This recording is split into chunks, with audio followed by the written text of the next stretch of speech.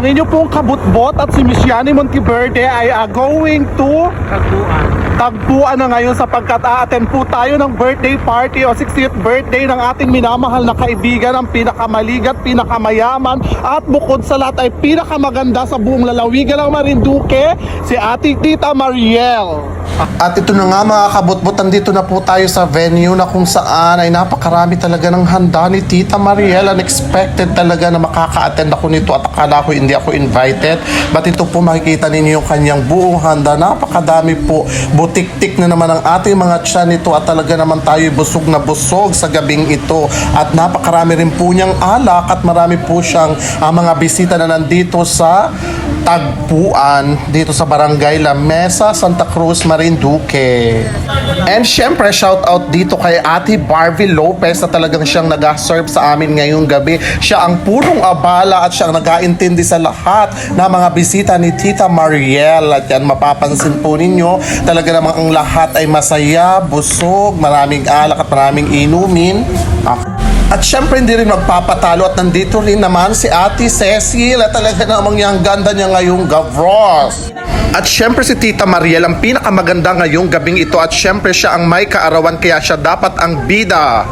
Ay tingnan pa ninyo, napakadami ng handa, nakakahiyang magsharong pero busog na busog ako at libre na naman ang aking hapunan. Diyos ko, ang dala ko lamang po dyan ay tiyan at nalimutan kong magbigay ng regalo. But anyway po, tayo po'y mag-enjoy sapagkat birthday ng ating isa sa pinakamamahal at iginagalang at nire-respetong kasamahan natin sa LGBT, si Tita Mariel. Kaya thank you so much for inviting us sa iyong birthday celebration ngayong gabros.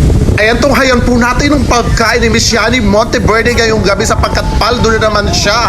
Libre na naman ang kanyang hapunan. Anong masasabi ninyo maya-maya after natin kumain ay tayo naman ay mag-iinom at talaga namang busog na busog tayo sa pulutan, sa alak, sa inumin, sa pagkain, sa mga lalaki at sa lahat na at napakaganda pa ng lugar na ito sapagkat nakaka-unwind at nakaka-refresh ng ating kagandahan ngayong gabros.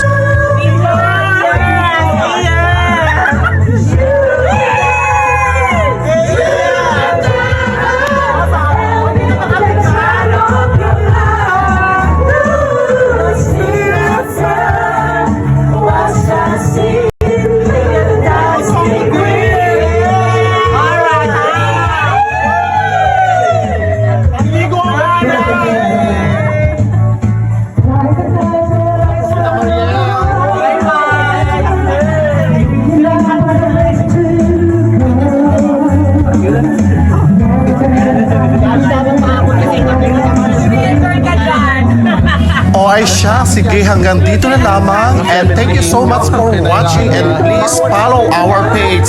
Thank you and I love you all guys.